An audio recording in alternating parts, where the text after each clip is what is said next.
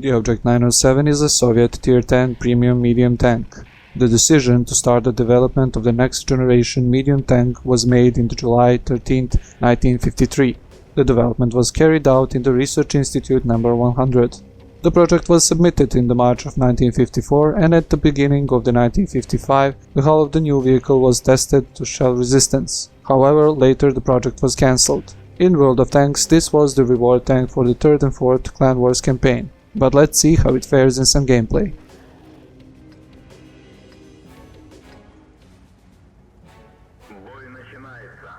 Hello guys, and welcome back to World of Tanks Ace Tanker series. As you can see, today we'll be driving the Object 907, and with me in platoon are Private Lyudmila and her 155 Foch, and Mr. Urke and his Batchet 25-ton Batchet Ilion. So we are playing on the map Overlord, and I'm not going to talk about much about the 907. Actually, we had a couple of videos back talking about the 907 and my first mastery badge actually in this tank, but this is something different.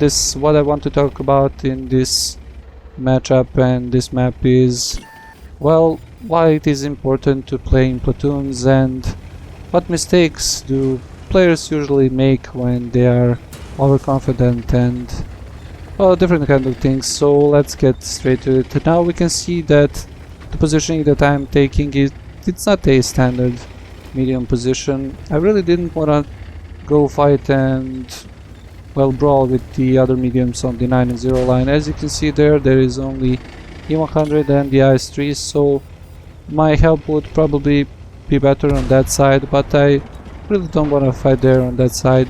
So I decided to go to the middle, and, well, from this position I'm going to try and fight off with this T10 and the T54 mod 1.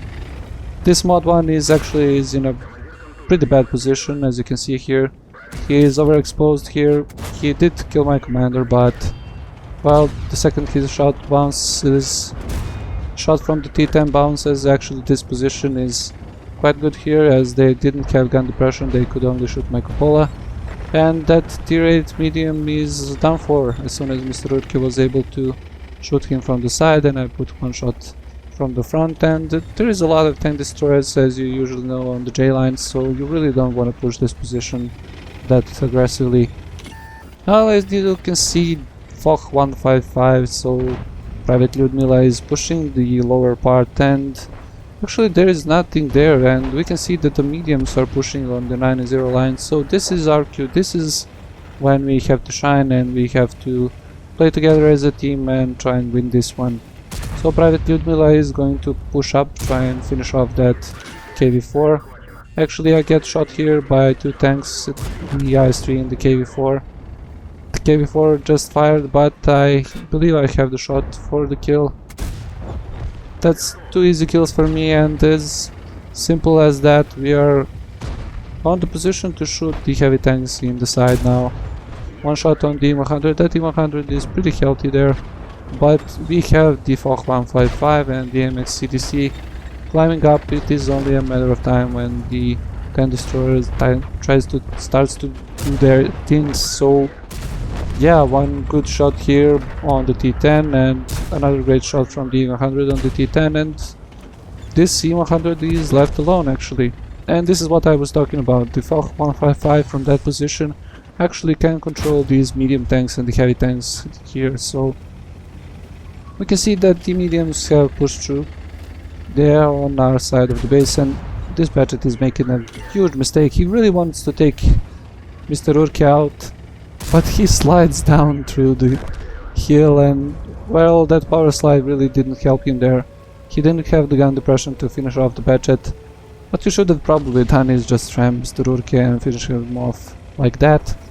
But he made a mistake and he threw his life away, and, you know, as I always like to say, you don't want to do that. You don't want to be that Batchet that has full HP and just makes a mistake. So what that Batchet was probably thinking is, we are going to win this one easily, I want to kill that enemy Batchet, and actually he didn't really take a look at the positioning of his players and the tanks that they have. So they have less tier 10s. We are in a pretty good shape here. We have the 100, we have the Foch 155. And the good thing for the enemies is only that they are capping, so really not much their tanks left there, and they should have played this pretty carefully here. Now I missed this shot on the T-49 and that is going to be costly for me. Now why am I not just rushing to the base and trying to... unfortunately the RU drives into my shot here. Now the artillery shoots me. I have the shot on the object 140, but the shot from the T-49 and leaves me on 130 HP. I was talking about why I didn't go towards the decap, why I didn't move immediately. If I have tried to do that, I would be shot by the T-49, by the Leopard and by the object 140 that were left there. So it is sometimes good for you to leave yourself some space and try and finish off the couple of tanks that are going to slow you down when you're rushing the base. Now this is pretty risky. If I miss this shot, we are going to lose. Fortunately I didn't miss this shot and I actually outmaneuvered this object 416, as the 100 degrees of his turret reverse really didn't help him there. He wasn't able to turn around and shoot me. He made a little mistake. He expected me to come from one side, but what he should have done is probably park his tank so that he can turn left and right and shoot me. So this is what I was talking about. The enemies overconfident, they pushed up, they really wanted to kill the enemy tanks. The Batchet gave his life away pretty easily there. The IS-3 was hunting for some scouts on the lower part of the terrain. If he was capping, we would have probably lost this one. And yeah, this is how you lose a one game. So they were in our base, they had the opportunity to finish us off, but they didn't, and they left us the chance to pull back. Now this IS-3 is aiming for me. I auto-aim here, that was a mistake, and the RU finishes him off. That's the GG, and let's take a look at the post-game stats.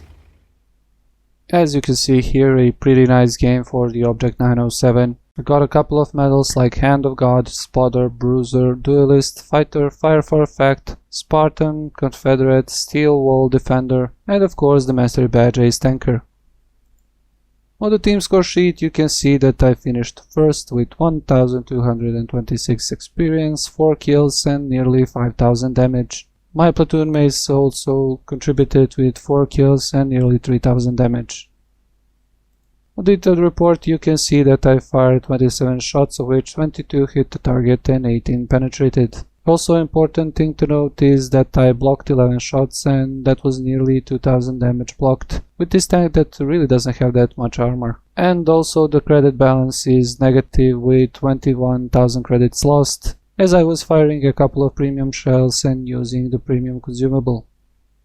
As always at the end, let's just take a look at what we saw in this gameplay now. We saw what you have to do when you are a top tier platoon, how you win your games. We actually had a mixed setup, so we have to split a little bit, but a good communication allowed us to push through one flank and finish off the heavies and the mediums that were in the middle. Also, we were talking about the mistakes that the enemy team made. They were overconfident after they destroyed one flank, and they started making one mistake after another, which led them to lose this game.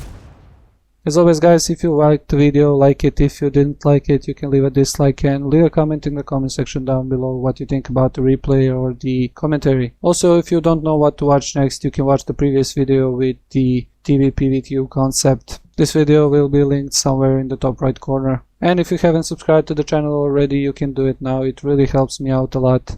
As always, I hope you guys like this one, and I'll see you in the next one.